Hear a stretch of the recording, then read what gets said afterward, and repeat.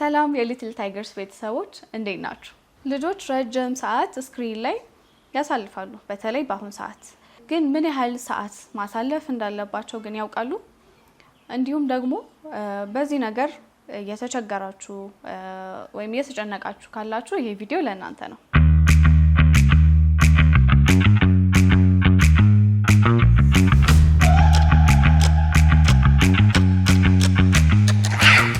በዛሬው ቪዲዮአችን ልጆች ምን ያህል ሰዓት ስክሪን ላይ ማሳለፍ እንዳለባቸው እንዲሁም ደግሞ አንዳንዴ የሚያሳዩት ባህሪ በምን ማስተካከል እንደምንችል እነዚህ ነገሮች የምናይ ይሆናል። ለቻናሉ አዲስ ከሆናችሁ ሰብስክራይብ በማድረግ ጀምሩ። የአሜሪካ የህፃናት ሕክምና አካዳሚ በጥናት እንዳወጣው ከሆነ ከ18 ወር በታች ያሉ ህፃናት ምንም አይነት ስክሪን እንዲያዩ አይመከርም። እንዲሁም እድሜያቸው ከ2 እስከ 5 ዓመት የሆኑ ህፃናት ቢያንስ ለ1 ሰዓት ያህል ትምህርታዊ የሆኑ አስተማሪ የሆኑ ነገሮች እንዲያዩ ሲል ይገልጻል። ከ6 ዓመት በላይ ለሆኑ ህፃናት ቢያንስ ለ2 ሰዓት ያህል እያረፉ ሌሎች አክቲቪቲዎችን እያደረጉ እንዲያዩም ደግሞ ይመከራል።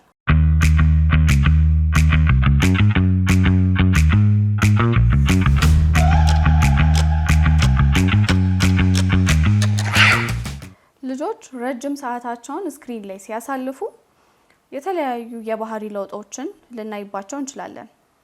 ለምሳሌ ቲቪ ሲዘጋባቸው፣ እንዲሁም ሞባይል ሲቀሙ የማልቀስ፣ የመነጫነጭ እንደዚህ አይነት ባህሪያቶችን ያሳያሉ።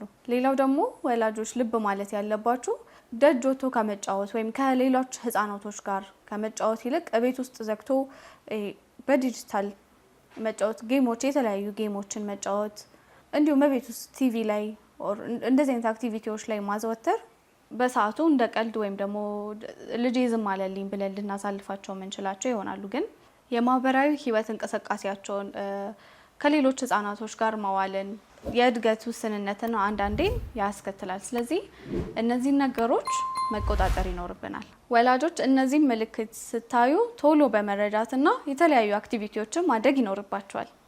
ለምሳሌ በየቀኑ ልጆቻችሁ ምን ያህል ሰዓት ውጪ መጫወት ወይም ደግሞ ቲቪ ላይ ስክሪን ላይ ማሳለፍ እንዳለባቸው መወሰን ይኖርባቸዋል። ሌላው ደግሞ ስክሪን የሌለባቸውን ቦታዎች መፍጠር፣ ምግብ በሚመገቡበት ጊዜ ስልክ አለመስጠት፣ ቲቪዎችን መዝጋት፣ ይሄኛው አንደኛው መፍትሄው ነው። ሌላው ደግሞ በሚተኙበት ሰዓት መጽሐፍ እያነበብንላቸው መንፈሳዊም ሊሆን ይችላል ተረት ተረቶችን እነዚህን በማድረግ እስከ ስክሪን የጸዳ አካባቢዎችን መፍጠር እንችላለን። ሌላኛው ደግሞ ህፃናት ቤተሰብ ረጅም ሰዓት ስልክ ላይ ቲቪ ላይ የሚያሳልፍ ከሆነ ያንን ነገር ለማድረግ ስለሚጓጉ ባገኙት አጋጣሚ ለመጠቀምና ፍሪ ታይም ነው ብለው የሚያስቡት ነገር ላይ ጊዜያቸውን ቴሌቪዥን ላይ ወይም ስክሪን ላይ ለማድረግ ይጓጓሉ። ስለዚህ እናንተም ወላጆች ይህን ነገር ማቆም ይኖርባቸዋል።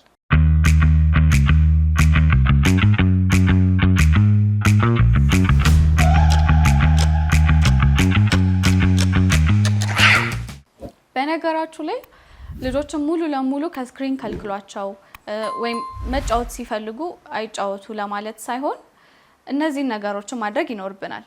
ለምሳሌ የፈጠራ ስራዎችን እንዲሰሩ መገፋፋት፣ ሶፍት ስኪላቸውን እንዲያወጡ ስዕል መሳል ሊሆን ይችላል፣ የተለያዩ ስፖርት መስራት፣ አክቲቪቲዎችን ማድረግ ሊሆን ይችላል።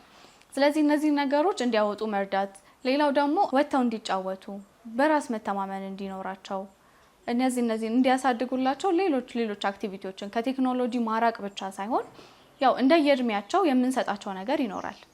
ቅድም እንዳልኩት ትምህርታዊ የሆኑ ነገሮችን እያሳየን ሌሎችም እንደዚህ አስተማሪ የሆኑ እንደየእድሜያቸው መስጠት ይኖርብናል። ግን ሰዓት መወሰንም ግድ ነው።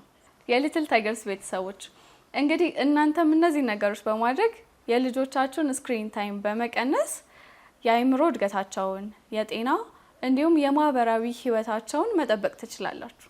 እንግዲህ የዛሬው ቪዲዮአችን ይሄን ይመስል ነበር። ሰብስክራይብ ማድረጋችሁን እንዳትረሱ። በሌላ ቪዲዮ በሌላ ሀሳብ እንመለሳለን። ሰላም ቆዩን።